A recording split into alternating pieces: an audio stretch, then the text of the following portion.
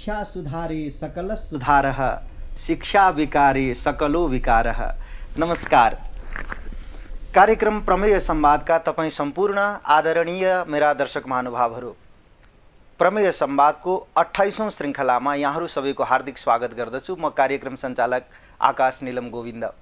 प्रमाण, तथ्य र युक्तिले सिद्ध गरिने विषय नै प्रमेय हो।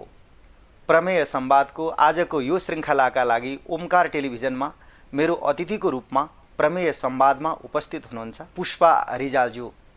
उहाँ सिटी मन्टेश्वरी स्कुलको प्रिन्सिपल हुनुहुन्छ, त्यसको शैक्षणिक गतिविधिको कुशल नेतृत्व गर्नुहुन्छ। साथै ससाना नानी बाबुहरू जसको विद्यालयको जीवनको शुभारम्भ हुन्छ मन्टेसरी शिक्षा, त्यसको उहाँले एउटा कुशल नेतृत्व गर्नुहुन्छ। मन्टेसरीमा काम गर्ने शिक्षकहरूको प्रशिक्षकको दायित्व उहाँले धेरै समयदेखि लिएर आउनुभएको छ। कुशल विद्यालय सञ्चालिका हुनुहुन्छ। साथै बाल मनोविज्ञान, बाल मस्तिष्कलाई बुझेर आधुनिक शिक्षाहरूलाई हाम्रो आध्यात्मिक शिक्षाका साथ समन्वय गरेर पस्किनेमा उहाँको अत्यन्तै अनुपमेय योगदान पाइन्छ। यिनै कुराको चर्चा गर्दै आजको मेरो पाहुना पुष्पा रिजालज्यूलाई म कार्यक्रममा हार्दिक स्वागत गर्दछु। यहाँलाई कार्यक्रम प्रमेय संवादमा धेरै धेरै स्वागत छ यो अङ्कमा। धन्यवाद। यहाँ शिक्षासँग जोडिनु भएको हुनुहुन्छ, त्यसमा पनि अझ बाल शिक्षा, साना बच्चा नानी बाबु जो मामुको काखबाट जाँदाखेरि यहाँकै विद्यालयमा अथवा यहाँहरू जस्तैले सञ्चालन गरेको विद्यालयमा पुग्छन्। कतिको कठिनाइ छ, साना बच्चाहरूलाई सिकाउनु कतिको चुनौतीपूर्ण हुने रहेछ, त्यहाँबाट सुरु गरौँ आजको संवाद। चुनौती त हरेक क्षेत्रमा नै हुन्छ सर, तर चुनौतीको रूपमा नलिकन म चाहिँ त्यसमा एउटा आनन्द लिइरहेको छु। किनकि ती अबोध बालबालिकालाई उनीहरूलाई केही पनि थाहा हुँदैन। उनीहरूलाई जस्तो संस्कार शिक्षा जे दियो, हामीले जे पस्किन्छौँ उनीहरूले त्यही रिसिभ गर्छन्। यस कारणले गर्दाखेरि मलाई चाहिँ यो लामो समयदेखिको एउटा अभ्यासले गर्दा पनि होला एउटा आनन्द नै लाग्छ यसमा। हजुरको विद्यालयमा मैले जहाँसम्म बुझेसम्म कक्षा 1 देखि नै आधुनिक विषयहरूका साथ संस्कृत पनि साथसाथै जोडेर यहाँहरूले पढाउनुहुन्छ। बच्चाहरूलाई त्यो एउटा बोझको रूपमा हुँदैन, अथवा कस्तो बच्चाहरूलाई कसरी संस्कृत शिक्षा 1 देखि नै पस्किनुपर्ने आवश्यकता कसरी देख्नुभयो? एउटा आधुनिक शिक्षा पनि आवश्यक छ, किनभने उनीहरूलाई त्यसमा स्वतन्त्रता धेरै हुन्छ। नानीहरूलाई कुनै प्रेसर नदिइकन र एउटा प्र्याक्टिकल विधिबाट पढाइ गर्दाखेरि नानीहरूले त्यसलाई सहज रूपमा खेल्दै एउटा हाँस्दै गाउँदै नाच्दै सिक्ने थलोको रूपमा मन्टेसरी शिक्षा हुन्छ भने यससँगै अर्को एउटा प्रश्न पनि के छ भने फेरि आधुनिक पद्धतिमा शैलीमा मात्रै जाँदाखेरि फेरि हाम्रो जुन एउटा पूर्वीय एउटा दर्शन छ अथवा हाम्रो पुर्खाको एउटा जुन शिक्षा छ त्यसमा चाहिँ संस्कृत विषयलाई एउटा जोड्न सक्यौँ भने अझ प्रभावकारी बन्ने रहेछ भन्ने कुरा मैले त्यसमा देखाएको छु। मेरो एउटा चिन्तनको विषय पनि हो यो एउटा संस्कृत भन्ने कुरा, र कतिपय आजका अभिभावकहरूको पनि एउटा डिमान्ड भनौँ, उहाँले पनि एउटा आवश्यकता नै ठान्नु भएको छ। आफ्ना बालबालिकाहरूलाई आधुनिक शिक्षा मात्रै दिँदै जाँदाखेरि भोलि गएर आफ्ना नानीहरूले नै आफैलाई नचिन्ने एउटा पश्चिमा सभ्यतामा उनीहरू रमाउने बानी त पर्ने होइनन्।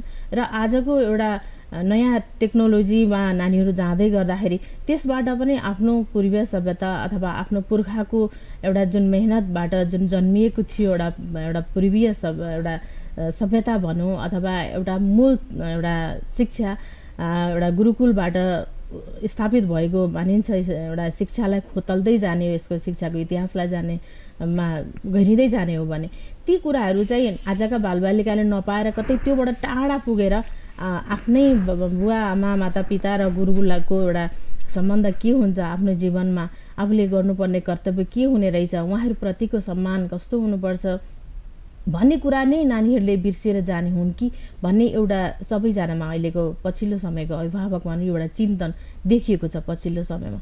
यस कारणले गर्दाखेरि मैले मन्टेसरी शिक्षा बालबालिकाको एउटा स्वतन्त्रता पूर्वक वातावरणमा चाहिँ यो शिक्षा दिनुपर्छ भन्ने सोचबाट मन्टेसरी एजुकेसनमा म छिरेँ भने यो शिक्षा पद्धतिलाई मैले अँगाल्दै गर्दाखेरि चाहिँ कता कता संस्कृत भाषाको एउटा अभाव जस्तो मलाई खड्कियो। र पछिल्लो समयमा मैले संस्कृत भाषालाई पनि कक्षा 1 देखि नै जोड्दै लगेँ। 1 कक्षादेखि नै जोड्नेको कारण चाहिँ कतिपय विद्यालयले आज अन्य पनि विद्यालयले जोडिरहेका छन्, संस्कृत भाषालाई जोड्न थालेका छन् पछिल्लो समयमा, त्यो राम्रो हो। तर 1 कक्षादेखि जोड्नुको कारण भनेको चाहिँ नानीहरूको भर्खरै त्यो फुट्दै गरेको तोते बोलीमा उनीहरूमा एउटा निश्चन्दपन, एउटा निश्चलपन, उनीहरूमा आफ्नै एउटा मौलिकता जुन हुन्छ, त्यही समयमा नै धेरै भाषाहरू नानीहरूमा सिक्न सक्ने क्षमता हुन्छ। उनीहरूको मस्तिष्कको विकास पनि यही बेलामा नै अधिकांश करिब एउटा 90% दिमागको डेभलपमेन्ट चाहिँ यो 5 देखि 6 वर्ष बिचमा नानीहरूको टुङ्गिन्छ र बाँकी रहेको 10% चाहिँ 18 वर्ष बिचमा पुरा हुन्छ भनेको छ। यस कारणले गर्दा नानीहरूमा धेरै भाषा सिक्न सक्ने अथवा धेरै कुरालाई त्यो बेला नै सिक्न सक्ने नानीहरूमा एउटा दिमागको विकास हुँदै गर्दाखेरि एउटा भाषा ल्याङ्ग्वेजको एरिया ब्रेनमा अरू अन्य एरियाको जस्तो सामाजिक एरिया, एउटा नलेजको एरिया जस्तै, ज्ञानको एरिया जस्तै एउटा भाषाको एरिया पनि छुट्टै हुन्छ। मस्तिष्कलाई हेर्ने हो, त्यहाँ गएर खोतलेर त्यसको भित्र रेसाहरू कसरी विकास हुँदै गरेको छ भने ती कुरालाई हेर्ने हो भने त्यहाँबाट हेर्दाखेरि भाषाको एरिया छुट्टै हुन्छ। र भाषाको लाई पनि हामीले यो बेला नै जोडेर लग्यौँ भने जुन पनि भाषा अथवा जति पनि भाषा सिक्न सक्ने यही समय हुन्छ र उनीहरूको त्यो नफड्कारिएको जिब्रोमा त्यो संस्कृत भाषाले अझ प्रष्टता, शुद्धता, एउटा उनीहरूको एउटा प्रोनाउन्सिएसन, उच्चारण गर्ने क्षमता पनि नानीहरूको विकास हुने रहेछ। र संस्कृतमा अर्को कुरा मैले के देखेँ भने यो हाम्रो पूर्वीय दर्शनका जति पनि ती किताबहरू छन्, ती ग्रन्थहरू छन्, यी ग्रन्थहरू त सबै संस्कृतमै लेखिएको पाएँ मैले। कतिपय किताबहरूलाई इङ्ग्लिसमा अथवा नेपालीमा संवाद गरिएको छ, तथापि संस्कृतमा पढ्दाखेरिको एउटा मिठास, संस्कृतको एउटा जुन एउटा ओरिजिनल भन्छ त्यो एउटा मूल मर्म चाहिँ संस्कृत भाषामै अथवा संस्कृतका किताबमै पाइँदो रहेछ। जसले त्यो कुरा सुरुवाती कालमा उहाँहरूले त्यसलाई बुझेर लेख्नुभयो, उहाँले लेख्न खोजेको अथवा समाजलाई सन्देश दिन खोजेको, मनुष्यको लागि यो विकासका क्रममा जोड्न खोजेको के अर्थी थियो, के उपदेश, के शिक्षा सन्देश दिन खोज्नुभयो थियो, त्यो कुरा त संस्कृतमै पाउँदो रहेछ। यस कारणले गर्दा नानीहरूले संस्कृत पनि भाषा सँगसँगै सिकेर लग्यो भने चाहिँ अझ राम्रो हुन्छ भन्ने मलाई यो पछिल्लो समयको चिन्तनद्वारा मैले यो कुरालाई पनि जोड्दै लगेँ, संस्कृत भाषालाई पनि जोड्दै लगेँ। यसमा जस्तो एक खालको बिम्ब बनाएको छ संस्कृतको, एक खालको त्यो चित्र बनाएको छ मान्छेको मस्तिष्कमा कि संस्कृत कठिन हुन्छ भन्ने, अनि यसमा बच्चाहरूले केही हैरानी महसुस गर्ने अथवा तीसँग जोडिएर अभिभावकहरूले कस्तो प्रतिक्रिया गर्नुहुन्छ? हाम्रो नानी बाबुहरूलाई चाहिँ संस्कृत लगाएर अलिकति अप्ठ्यारो पर्यो भन्ने छ कि अथवा होइन त्यसले झन् राम्रो भएको छ? अभिभावकीय प्रतिक्रिया र बच्चाको अनुभूति कस्तो छ? एकदमै सुरुवाती कालमा कक्षा 1 देखिकै अभिभावकको हेर्ने हो भने चाहिँ उहाँहरूलाई कतै बच्चालाई लोड हुन्छ कि भनेर उहाँहरूले बुझ्नुभएको, अलिकति अप्ठ्यारो रूपमा चाहिँ लिनुभएको। किनभने हजुरले भने जस्तै एउटा त्यस्तै खालको बुझाइ थियो, संस्कृत भाषा भनेको अप्ठ्यारो हुन्छ, त्यसै कारणले गर्दा पहिला पनि सरकारले यसै कारणले हटाएको थियो भन्ने खालको बुझाइ थियो भने अब नानीहरू त्यसमा एउटा युज टु भनौँ, त्यसमा फ्यामिलियर, त्यसमा चाहिँ भिज्दै जाँदाखेरि फेरि अहिले चाहिँ संस्कृतलाई अप्ठ्यारो गरेर हामीले कोर्स बनाएका पनि छैनौँ।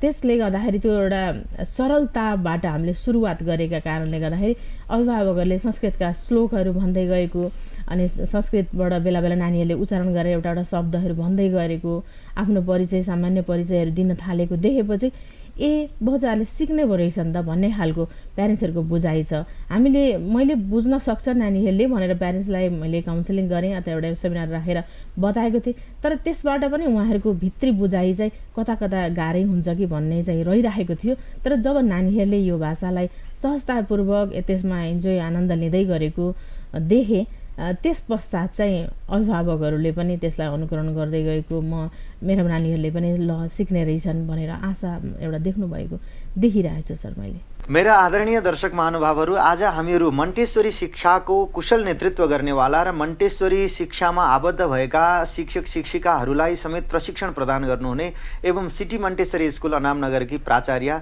श्री पुष्पा रिजालज्यूसँग हामी संवाद गर्दैछौँ। म संवादलाई अगाडि बढाउन चाहन्छु।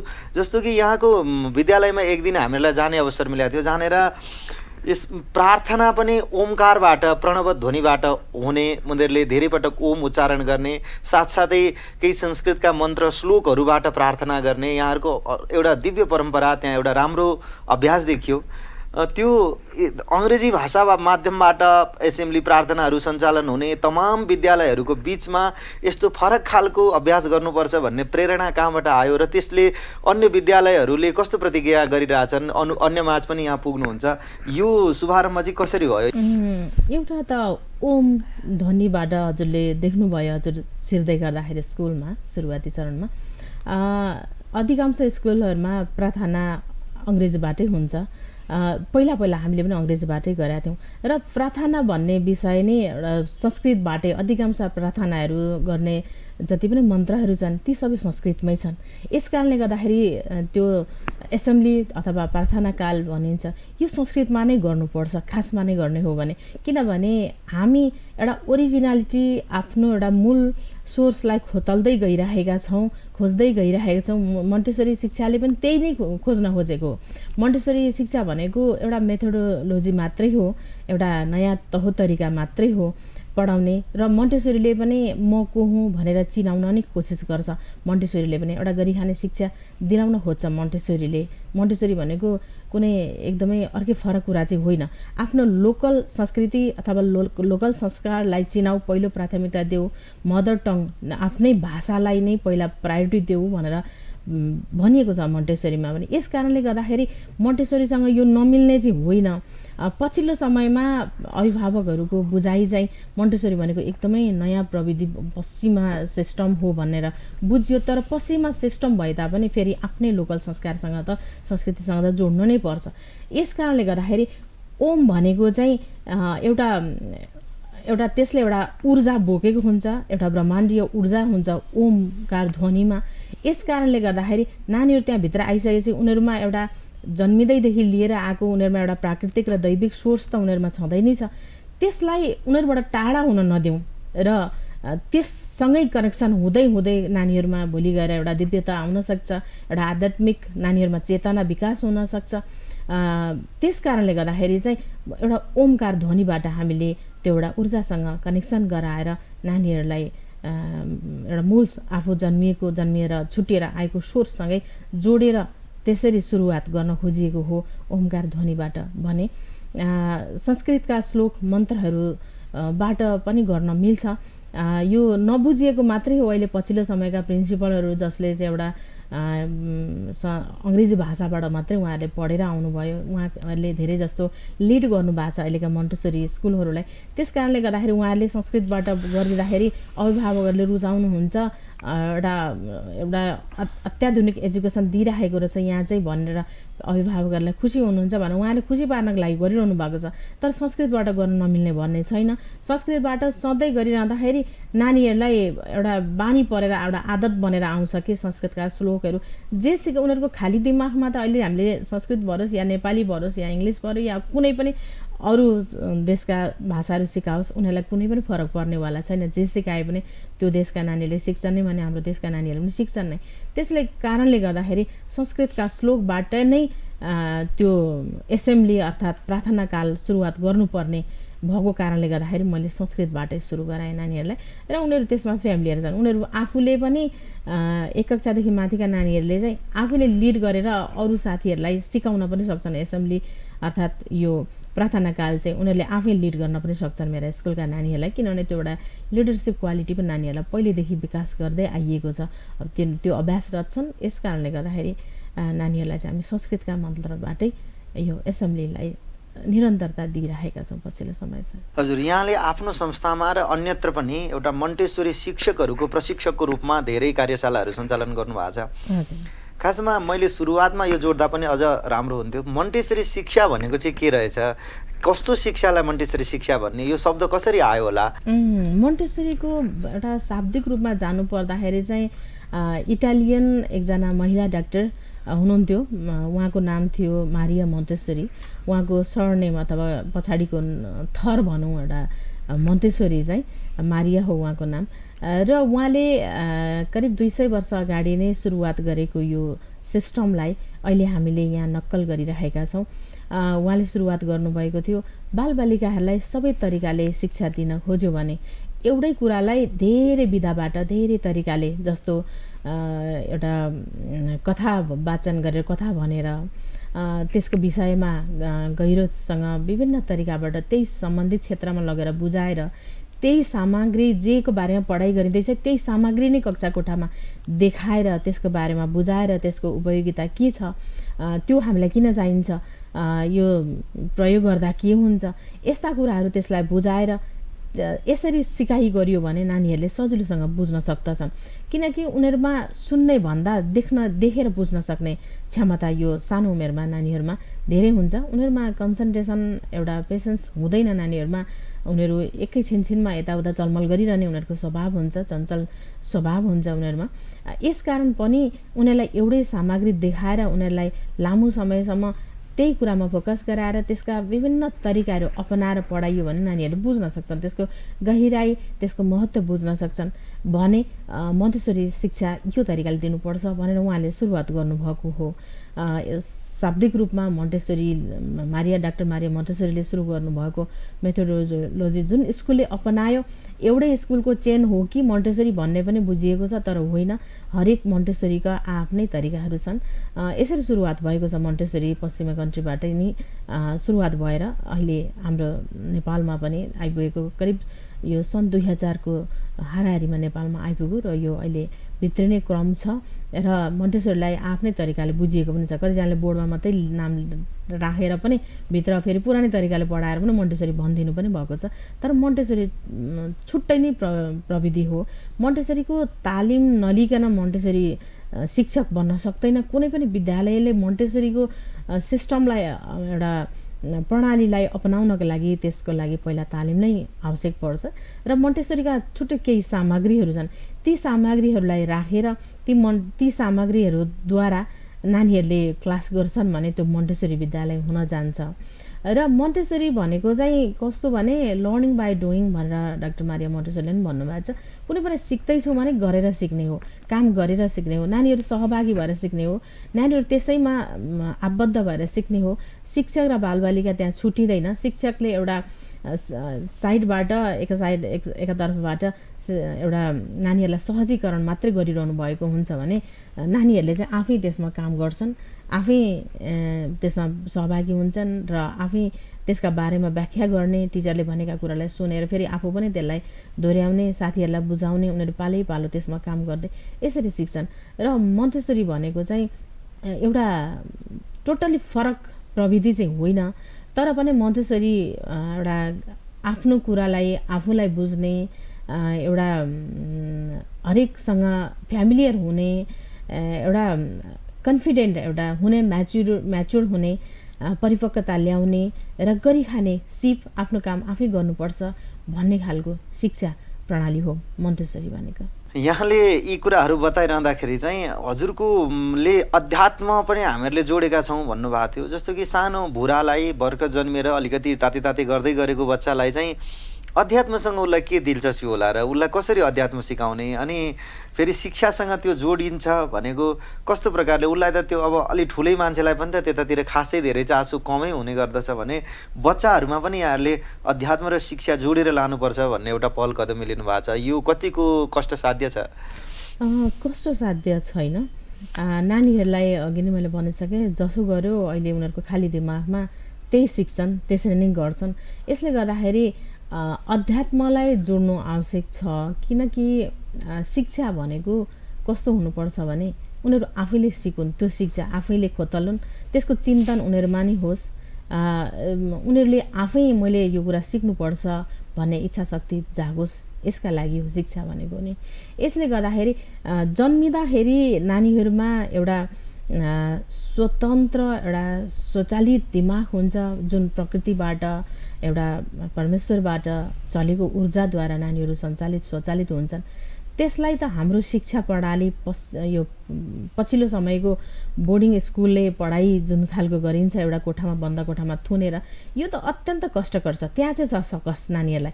जब हाम्रा कुरालाई उनीहरूको दिमागमा एउटा खाली दिमागमा स्वतन्त्र दिमागमा जबरजस्ती लादिन्छ, जबरजस्ती घोकाइन्छ, एउटा बन्द कोठामा थुनेर आफ्ना कुरालाई मात्रै त्यहाँ थोपरिन्छ त्यो बाल स्वतन्त्र मस्तिष्क भने त्यो चाहिँ सकस हुन्छ। त्यसले गर्दाखेरि अध्यात्म भनेको चाहिँ मैले बुझेको एउटा अध्यात्मलाई भन्नुपर्दाखेरि नानीहरूमा जन्मिँदैखेरि एउटा जुन क्षमता प्रकृतिद्वारा जुन एउटा ईश्वरीय क्षमताद्वारा उनीहरू ऊर्जित भएर त्यसैबाट उत्पत्ति एउटा प्रकृति हुन्, एउटा प्रकृतिका कलिला कोपिला हुन्, मुना हुन् ती नानीहरू भने त्यो बाल मस्तिष्कमा उनीहरूले जसरी एउटा स्वतन्त्र रूपमा जन्मिएर आए उनीहरूलाई त्यही खालको नै शिक्षा दिनुपर्छ भने अध्यात्मलाई हामीले मिसाउन आवश्यक हुन्छ। किनभने उनीहरू त्यो अध्यात्मले नै उनीहरूलाई जन्माएको छ, हुर्काएको छ। त्यस कारणले गर्दा त्यही भाषा नै अथवा त्यही शिक्षा नै हामीले कमी गऱ्यौँ, त्योबाट टाढा राख्यौँ नानीहरूलाई भने त्यो शिक्षा भएन। शिक्षा भनेको पछि गएर एउटा समयमा यस्तो हुनुपर्छ, ध्यान मार्फत शिक्षा हुनुपर्छ अथवा आफैले शिक्षा के हो भनेर आफैसँग आफ्नै विचारमा रमाउन सक्ने अथवा आफै भित्रले के भन्दैछ, म भित्रको मले के भन्दैछ भन्ने कुरा बुझ्ने हुनुपर्छ शिक्षा भनेको पछि गएर। त्यसलाई चाहिँ हामीले एउटा बाल्यकालमा नै नानीहरूलाई त्यसमा अभ्यस्त गराइयो, सानैबाट त्यो शिक्षामा जोडियो भने नानीहरूमा यो हाम्रो यो पछिल्लो समयको अथवा पश्चिमा सभ्यताबाट आएको शिक्षा प्रविधि भनौँ अथवा यो बोर्डिङ स्कुलबाट सिक्दै आएको एउटा हस्तान्तरण हुँदै आएको शिक्षालाई हेर्ने हो भने नानीहरूलाई एउटा कोर्स डिजाइन गरिन्छ कोही ठुलो मान्छेको मस्तिष्कले, अनि त्यो बाल मस्तिष्कमा त्यसलाई जबरजस्ती घोकाइन्छ, थोपरिन्छ नानीहरूलाई चाहिँ। तर त्यो थोपर्नु हुँदैन थियो, नानीहरूलाई त्यो एउटा वातावरण दिनु पर्थ्यो। अनि त्यो वातावरणबाट नानीहरूमा त्यो एउटा जन्मिँदाखेरि लिएर आएको त्यो आध्यात्मिक जुन चेतना छ त्यो चेतनाको द्वारलाई खोतल्न सक्नु पर्थ्यो अनि आफैले त्यो गहिराइमा पुगेर अध्ययन गर्न सक्नु पर्थ्यो। बालबालिकाले शिक्षा भनेको त्यो हुन्थ्यो, खासमा सार्थक शिक्षा भनेको त्यो हुन्थ्यो। पछि गएर चाहिँ त्यो मूल सोर्ससँग उनीहरू केबाट फुटेर आए, उनीहरू जन्मिँदाखेरि कुन सोर्सबाट उनीहरू आए, त्यो सोर्ससँग उनीहरू जोडिन सक्नु पर्थ्यो र त्यो जोडिनका लागि उनीहरूलाई त्यसमा शारीरिक सूक्ष्म अभ्यास गराइनु पर्थ्यो।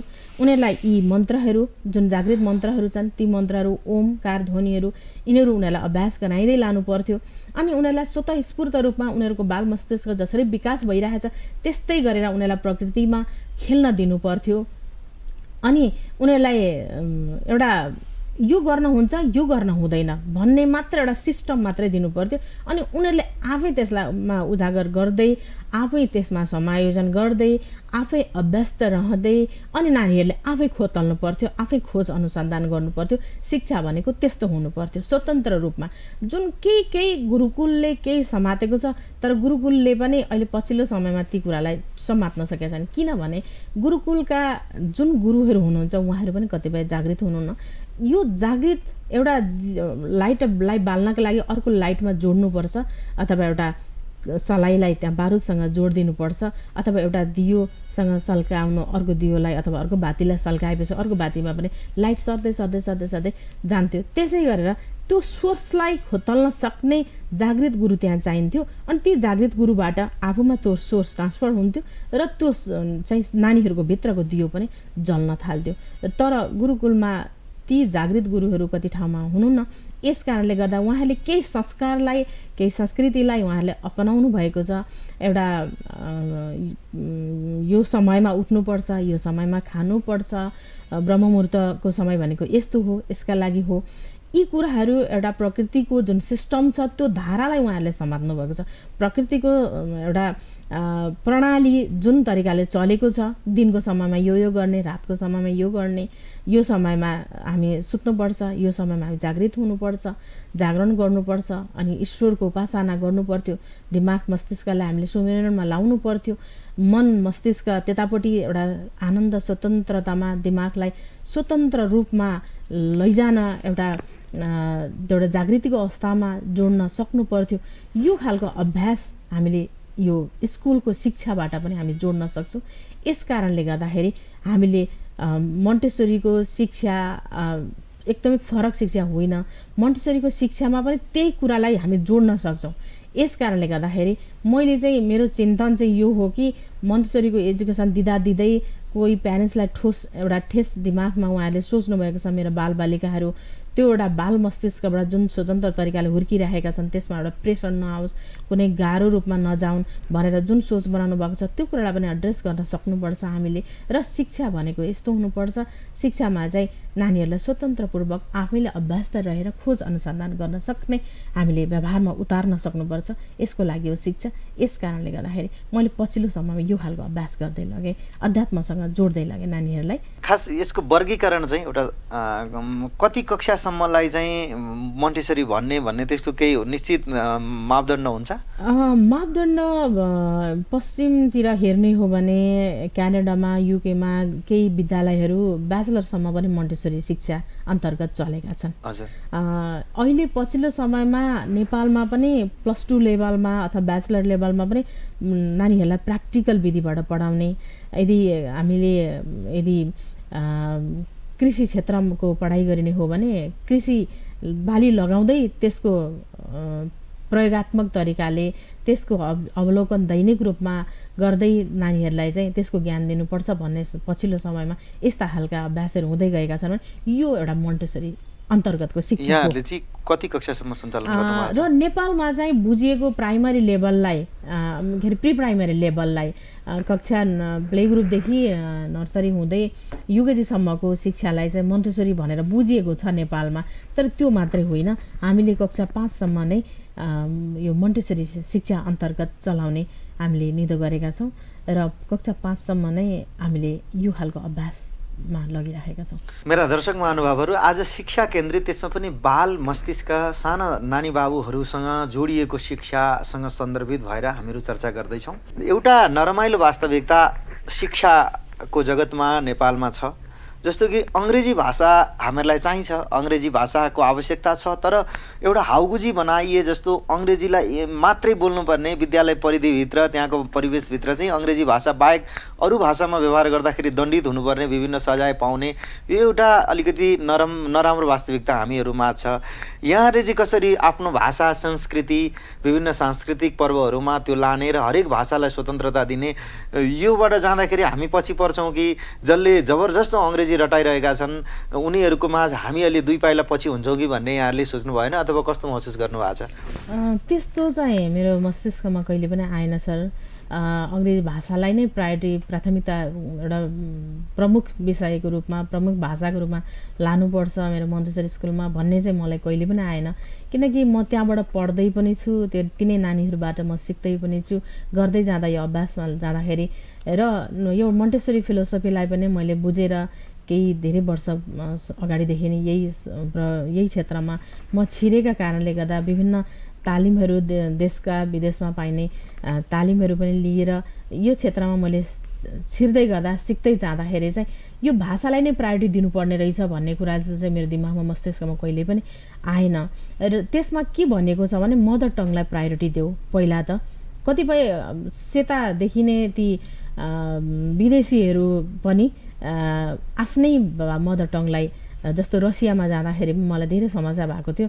त्यहाँनिर म त सबै अङ्ग्रेजी बोल्छन् होला भनेर सेता कपाल भएका सेता मान्छेहरूले त सबै सेता छाला भएकाले सबै नै अङ्ग्रेजी नै बोल्छन् होला जस्तो लागेर म एउटा होटलमा आफू बसेको गेस्ट हाउस भन्दा अर्को होटलमा गएर खाना खान गएको थिएँ। त्यहाँ त यति समस्या भयो कि उनीहरूले अङ्ग्रेजी बुझ्दा रहेनछन्, नेपाली बुझ्ने कुरै भएन। मैले जानेका यिनै 2-3वटा ल्याङ्ग्वेज हुन्, नेपाली, हिन्दी, इङ्ग्लिस।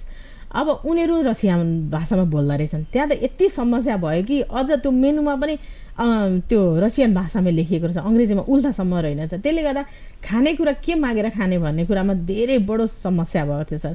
त्यसले गर्दाखेरि यो मदर टङ अथवा आफ्नै भाषालाई नै पहिला प्रायोरिटी देऊ, त्यस पछाडि मात्रै यो वैदेशिक भाषा अथवा अङ्ग्रेजी भाषालाई दोस्रो ल्याङ्ग्वेजमा राख भनेर मोन्टेसरीको सिस्टममै त्यही भनिएको छ, त्यही उल्लेख गरिएको छ। डाक्टर मारिया मोन्टेसरीको फिलोसफीलाई हामीले गहिरेर अध्ययन गर्ने भने त्यहाँ हामीले त्यही कुरा पाउँछौँ। त्यसले गर्दाखेरि त्यसमा समस्या हुने अथवा बच्चालाई दण्डितै गरेर अङ्ग्रेजी भाषामा जबरजस्ती सिकाउनु पर्ने भन्ने त कहीँ पनि त्यो छैन नै। तर कतिपय विद्यालयहरूले अब शिक्षकले त्यो सुरुमा सबै भाषा के चाहना गरेको छ स्कुलले लाउनको लागि, आफ्नो स्कुलमा अप्लाई गर्नको लागि ती भाषाहरू सुरुदेखि सिकाइदिनु पर्थ्यो। त्यो सुरुदेखि सिकाइदिए पछाडि समस्या हुँदैन। नेपाली भाषा पनि अङ्ग्रेजी भाषा पनि सँगसँगै लान सकिन्छ, बच्चालाई बुझ्नमा गाह्रो हुँदैन। र जब नबुझिसके पछाडि उहाँहरूले दण्डित गर्नु परेको किन भन्दा बच्चालाई उहाँहरूले बुझाउन जान्नु भएन। अनि बच्चाले नबोलेपछि अभिभावकले सुन्दा, बाहिर अरू मान्छेले सुन्दाखेरि चाहिँ हाम्रो स्कुलमा अङ्ग्रेजी वातावरण भएन भनेर उहाँहरूले जबरजस्ती त्यसरी दण्डित गर्ने, सजाय गर्ने, पैसा चार्ज गर्ने खालका लगायतका अभ्यासहरू गरेको कतै देख्न पाइन्छ। तर यो गलत अभ्यास हो भन्छु मैले। यो गर्नु गलत हो। नानीहरूलाई स्वतन्त्रता दिनुपर्छ भाषामा। तर नानीहरूलाई के हुन्छ, एउटा विद्यालयको पछिल्लो समयको शिक्षामा कस्तो छ भने नेपाली पिरियडमा मात्रै नेपालीमा बोल्ने, अनि अन्य सब्जेक्टहरू जस्तो गणित विषयलाई पनि अङ्ग्रेजीमै पढाउने आएको छ चलन भने। त्यस्तै गरेर अङ्ग्रेजी भाषा त अङ्ग्रेजीमै टोटली भइ नै हाल्यो। सामाजिक विषय सोसल स्टडी भनेर त्यसलाई पनि अङ्ग्रेजीमै बनाइएको छ। त्यस्तै गरेर साइन्स विज्ञान विषयलाई पनि अङ्ग्रेजीमै बनाइएको छ। त्यसले गर्दा नानीहरूले पछि गएर 2-3 कक्षा 4 कक्षा 5 कक्षा भएपछि उनीहरूलाई नेपाली बोल्नै गाह्रो हुन्छ। त्यसले गर्दा कुनै अप्ठ्यारो नै छैन अङ्ग्रेजी सिकाउन पनि। शिक्षकले आफ्नो सब्जेक्टमा, आफ्नो विषयमा त्यहाँ गएर पढाउने बेलामा जुन सब्जेक्ट पढाउँदै हुनुहुन्छ त्यही अनुसारको उहाँहरूले ल्याङ्ग्वेज प्रयोग गर्नु भएपछि बालबालिकाले आफै स्वतस्फूर्तपूर्वक नै सिक्छन् र घरमा पनि नेपाली भाषा प्रयोग गरिएको हुन्छ। त्यसबाट पनि नेपाली भाषा सिकिरहेकै हुन्छन्, त्यसमा अभ्यस्त हुन्छन् भने उनीहरूलाई त्यो नेपाली भाषा बोल्नै दिनु हुँदैन भन्ने चाहिँ यो गलत संस्कृति हो। अङ्ग्रेजी भाषा नानीहरूले आफै सिक्छन्। त्यसले गर्दा पहिलो प्राथमिकतामा नेपाली भाषा, यो प्री प्राइमेरी लेभलको युकेजीसम्मको अभ्यास चाहिँ हामीले नेपाली भाषामा बढी प्राथमिकता दिएर गर्नुपर्छ। पछि गएर नेपाली भाषा अङ्ग्रेजीभन्दा अलिकति अप्ठ्यारो रहेछ। एउटा तुलनात्मक हिसाबले हेर्दाखेरि अङ्ग्रेजी सिकिसकेपछि नेपाली सिक्न अलिकति गाह्रो रहेछ। त्यसले गर्दाखेरि नानीहरूलाई चाहिँ पहिला नेपाली सिकाएर नेपालीमा जान्ने भइसकेपछि अनि अङ्ग्रेजीमा लग्यो भने चाहिँ नानीहरूले आफ्नो भाषा बिर्सिँदैनन्। मातृभाषामा नानीहरू पछिसम्म अभ्यस्त हुन्थे भन्ने मलाई चाहिँ लाग्छ। मेरो हजुर, हामी अन्त्यतिर जाउँ। एउटा फरक प्रश्न यहाँलाई, जस्तो कि विज्ञानको प्रयोगशालाबाट प्रमाणित नभएका कुरालाई नमान्ने, त्यसलाई आधार प्रमाण नमान्ने तमाम यो भौतिक जगतको बीच यहाँले एउटा आधुनिक विषयहरूका साथ संस्कृत, नेपाली भाषा, संस्कृति लगायतका चिजहरू समेटेर शिक्षा प्रदान गर्दै हुनुहुन्छ। अध्यात्मको चाहिँ पाटो कसरी यहाँले सम्हाल्नुभयो त? प्रायः यो देखिँदैन। यहाँसँग मैले अनौपचारिक संवाद गर्ने क्रममा पनि आध्यात्मिक कुराहरूको धेरै यहाँले व्याख्यान गर्नुभएको थियो। अध्यात्म आफ्नो जीवनमा चाहिँ यहाँले कसरी त्यो नभई नहुने तत्त्व हो हामीहरूलाई भन्ने लाग्नुभयो? त्यहाँ गुरुधामको पनि चर्चा यहाँले गर्नुभएको थियो संक्षेपमा। हजुर, मलाई चाहिँ पछिल्लो समयमा अध्यात्म म को हुँ, म के हुँ भन्ने खालको एउटा प्रश्न मलाई जागिरहन्थ्यो। यस कारणले गर्दाखेरि सबै मान्छेले जन्मिन्छन्, सबै मान्छेहरू धरतीमा पृथ्वीमा जन्मिन्छन्। जन्म लिएपछि केही कर्महरू गर्छन्, खान्छन्, विवाह गर्छन्, छोराछोरी जन्माउँछन्, हुर्काउँछन्, बढाउँछन्, अनि यसैमा जीवन व्यतीत गर्छन्। अन्त्यतिर गएर चिन्तित बन्दै आफ्नो शरीर छोड्ने बेलामा अत्यन्त पीडायुक्त समय बिताउँछन्। यो अभ्यास मैले मेरा अग्रजहरूबाट, मेरा पुर्खाहरूबाट देखिरहेको छु, समाजबाट देखिरहेको छु। र मेरो पनि यति नै हो त कर्तव्य, कर्म यति नै गर्नको लागि म पनि जन्मेर आएको हुँ त। यो त अन्य जनावरले पनि गर्छन्। मानिससँग त यो एउटा चेतना छ। यो चेतनालाई कहाँ गएर जोड्दाखेरि चाहिँ मैले त्यसलाई उजागर गर्न सक्छु होला? त्यो भित्र केही छैन र भगवान्हरू कसरी भगवान् बने भन्ने खालको ममा एउटा चिन्तन आइरहन्थ्यो सर। मेरो एउटा पारिवारिक अथवा बाल्यकाल पृष्ठभूमिलाई हेर्ने हो भने पनि मेरो बुवा ज्योतिष पण्डित हुनुहुन्थ्यो। उहाँबाटै यो कुरा ममा बीजारोपण भयो कि या कसरी छिरो मेरो मस्तिष्कमा मलाई थाहा छैन। यो नपाएसम्म म एउटा असन्तुष्ट जस्तो थिएँ। त्यसले गर्दा यो पछिल्लो समय चाहिँ मैले अलिकति अध्यात्म क्षेत्रमा मैले आफूलाई प्रयोगमा लगेँ, अभ्यास त राख्दै गएँ। र अहिले गर्दै जाँदाखेरि गुरुधाम पनि हजुरले जोडिस्यो। म एउटा गुरुधामसँग आबद्ध छु, त्रिकुटा गुरुधाम। ओम श्री त्रिकुटा गुरुधाम यो स्वयम्भूमा छ। यो गुरुधाममा म 2074 सालमा जोडिएँ। मध्ये विभिन्न गुरुहरूका कुराहरू सुन्थेँ। इन्डियाका अथवा नेपालका विभिन्न यी भारतवर्षका गुरुहरूसँग जोडिएर उहाँहरूका ती फिलोसफीहरूलाई धेरै सुन्ने गर्थेँ। उहाँहरूका प्रवचनहरू, उहाँहरूका ती सत्सङ्गहरू धेरै सुन्ने गर्थेँ। तर सुन्दा पनि कता कता बाहिर मात्रै बोक्रे मात्रै ज्ञान पाएँ कि जस्तो लाग्थ्यो। केही शास्त्र अध्ययनहरू, भगवत गीताहरू पनि मैले अध्ययन गर्दै गएँ। ती अध्ययन गर्दा पनि म बाहिरै नै अल्मलिएँ। उहाँहरूले त त्यो समयमा त्यति बेलाका पात्रहरू जो हुनुहुन्थ्यो, त्यति बेलाका भगवान्हरू जो हुनुहुन्थ्यो, देवी देवताहरू हुनुहुन्थ्यो अथवा अन्य पुरुष महापुरुषहरू हुनुहुन्थ्यो, उहाँले त त्यति बेलाको समयमा त्यसरी शिक्षा पाउनुभयो अथवा आफैभित्रको चिजलाई उहाँले उजागर गर्न थाल्नु सक्नुभयो र उहाँहरू दीक्षित हुनुभयो गुरुहरूबाट, उहाँले त्यो समयमा त्यसरी पाउनुभयो भने अहिले चाहिँ म कसरी पाउँछु त? त्यो भगवान्हरूका फोटाको अगाडि बसेर ध्यान गर्दा पाउँछु कि, या प्रकृतिमा कुनै खुल्ला स्थानमा गएर बस्दाखेरि पो पाउँछु कि, या ध्यान गरे गर्दा पनि मलाई ध्यान लाग्दैन, म के गरेर पाउँछु त भनेर एक किसिमको मेरो भड्किएको दिमाग जस्तो थियो पछिल्लो समयमा मैले यही कुरालाई जोड्नु पर्दाखेरि चाहिँ। र जब म ओम श्री त्रिकुटा गुरुधामसँग आबद्ध भएँ त्यसपछि मैले त्यहाँ एकजना जागृत गुरुलाई प्राप्त गरेँ। उहाँका अगाडि यो ब्रह्माण्ड सबै नाङ्गो छ, एकदम छर्लङ्ग छ। उहाँलाई को बारेमा व्याख्या मैले गर्नु यहाँहरूको अगाडि गलत हुनेछ। यति धेरै श्रद्धा वृन्दका अगाडि मैले यो उहाँको बारेमा व्याख्या गर्नु चाहिँ गलत हुन्छ। जब कुनै चिनी खाइन्छ भने, चिया खाइन्छ भने त्यो चियामा कति चिनी लगाएको छ अथवा कति गुलियो छ भनेको चिनी खाएपछि त्यसको स्वाद थाहा हुन्छ। त्यस्तै गरेर गुरुलाई चिन्नको लागि चाहिँ गुरु समक्ष गएर पनि मैले 3-4 वर्ष पछाडि मात्रै मलाई एउटा म जहाँ जसिखेर बसेको अवस्थामा पनि म ध्यानमा डुब्न सक्छु। चाहँदाखेरि 1-2वटा मन्त्रहरू गुरुदेवले दिनुभएका मन्त्रहरूलाई मैले उच्चारण गर्ने बित्तिकै म आफू ध्यानस्थ हुन्छु। म भूतप्रेत अथवा कुनै सूक्ष्म आत्मालाई यत्तिकै नाङ्गो आँखाले आज देख्न सक्छु। मलाई एकदमै नर्मल हुन्छ। कुनै मन्दिरहरूमा जाँदैछु भने मन्दिरको गेटमा जाँदा नि काहीँ भाइब्रेसन पुरै हुन्छ अथवा त्यहाँभित्रको एनर्जीको लेभल कति छ म मजाले थाहा पाउन सक्छु। त्यसले गर्दाखेरि यो चाहिँ मैले यो पछिल्लो समयको अभ्यासले मैले थाहा पाएँ। फोटाबाट अथवा कुनै ध्यान दर्शन, कुनै पनि ग्रन्थको अध्ययन, कुनै पनि किताबको अध्ययन, कसैले महापुरुषहरू लेख्नुभएका किताबहरूलाई पढेर चाहिँ अध्यात्मलाई बुझिँदैनछ भन्ने कुरा मैले पछिल्लो समयको मेरो यो बुझाइ हो। गुरुको अगाडि गएर नि म आफूलाई भित्रबाट मेरो भित्री शरीर एउटा सूक्ष्ममा यात्रा गर्ने अथवा ती सूक्ष्म शक्तिहरूसँग मर्ज हुने, कनेक्सन हुने चाहिँ मौका मैले त्यहीँ गएर प्राप्त गरेको हुँ र अध्यात्मलाई मैले फरक पाटोमा बुझेको छु आजको दिनमा। ती पहिलेका ती साक्षात भगवान्हरू जो गुरुहरू हुनुहुन्थ्यो उहाँहरूको फोटालाई पूजा गरेर उहाँहरूको मूर्तिका अगाडि बसेर रुँदैमा, चिच्याउँदैमा, छटपटी गर्दैमा मलाई देऊ मलाई यो प्राप्त गराइदेऊ, मेरो मूल स्वरसँग मलाई कनेक्सन गराइदेऊ, जोडिदेऊ भनेर प्राप्त हुँदैन रहेछ। एकजना जागृत गुरु हामीले पहिला समात्नु पर्ने रहेछ। अनि हामी जागृत भइसकेपछि हामीले अरूलाई यो प्रसार गर्न सक्ने रहेछौँ। हामीमा पनि त्यो इनर्जी ट्रान्सफर अघि नै मैले दियोबाट दियो अथवा एउटा लाइटबाट अर्को लाइटमा सल्किने क्रम हुन्छ भनेर मैले जसरी यहाँहरूलाई भने त्यसै गरेर जोड्नु पहिला पुग्नु पर्ने रहेछ। र जोडिसके पछाडि म पनि त्यसरी गुरुसँग जोडिसके पछाडि ममा त्यो एउटा ट्रान्सफर हुँदै आइराखेको, मैले त पूर्ण त प्राप्त गरेको छु भन्न खोजेको होइन। मैले यहाँहरूलाई एउटा ममा अलिकति केही त्यो तत्त्व अनुसरण गर्न सक्ने अथवा मैले त्यो एउटा जागृतिको अवस्थामा आफूलाई केही प्राप्त गरेको छु आज भने यो कुरा चाहिँ म पूर्ण जागृतिको अवस्थामा नभइकन मैले बिचमा बोल्दाखेरि पनि गलत हुने रहेछ मलाई जस्तो लाग्छ।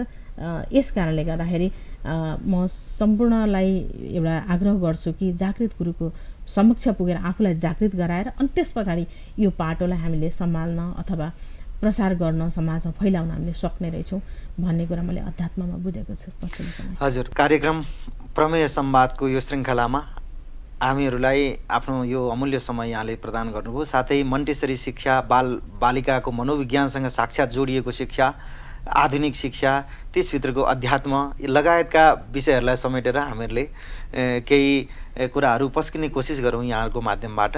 अन्त्यमा संक्षेपमा केही बताउन चाहनुहुन्छ हाम्रो दर्शक महानुभावहरूलाई भने कृपया। मन्टेसरीको विषयमा, संस्कृतका विषयमा र अध्यात्मको विषयमा यहाँले जोड्नुभयो अथवा शिक्षाका विषयमा यी सम्पूर्ण यो चारै पक्ष अथवा तिनै पक्षलाई भने पनि भयो। यो सम्पूर्ण पक्षलाई एकमुष्ट एकै ठाउँबाट दिन सक्नुपर्छ। यो सम्पूर्ण कुरा एउटै हो, एउटै थलोमा जोड्न सक्नुपर्छ। यी सम्पूर्ण कुराबाट मात्रै मान्छेमा एउटा पूर्ण ज्ञान हुनेछ। र बालबालिकाको सन्दर्भमा हेर्ने हो भने मन्टेसरी शिक्षा राम्रो शिक्षा प्रविधि हो। यसलाई गलत तरिकाले यसलाई नबुझौँ। यसमा पनि यसको मर्म छुट्टै प्रकारको छ। यसले आफू को हो के हो भन्ने कुरा मैले गर्नुपर्छ, आफ्नो काम आफै गर्नुपर्छ भन्ने एउटा प्रेरणामूलक एजुकेसन शिक्षा प्रणाली हो यो मन्टेसरी भनेको। भने संस्कृतलाई त्यसले पूर्णता प्राप्त गराउँछ र संस्कृतले यसलाई अझै गहिरो बनाइदिन्छ र अध्यात्मले यसलाई पूर्णता प्राप्त गराउँछ भन्ने विषयमा आज चर्चा गऱ्यौँ। मलाई खुसी लागेको छ। धन्यवाद। हजुर, यो समय, स्नेह र सद्भावका लागि पुष्पा रिजालज्यू, यहाँलाई धेरै धेरै धन्यवाद ओमकार टेलिभिजनको तर्फबाट। यहाँहरूको यो ओमकार टेलिभिजनको यो टिमलाई पनि धेरै धेरै धन्यवाद, यहाँसम्म आएर आफ्ना विचारहरू राख्ने समय दिनुभयो। धन्यवाद। मेरा तपाईँ सम्पूर्ण आदरणीय दर्शक महानुभावहरू, कार्यक्रम प्रमेय संवादको यो श्रृङ्खला आज हामीहरू शिक्षा, बाल शिक्षासँग केन्द्रित रहँदै यहीँ टुङ्ग्याउन म गइरहेको छु। यहाँहरू सबैको भलाइ होस्। धन्यवाद। नमस्कार।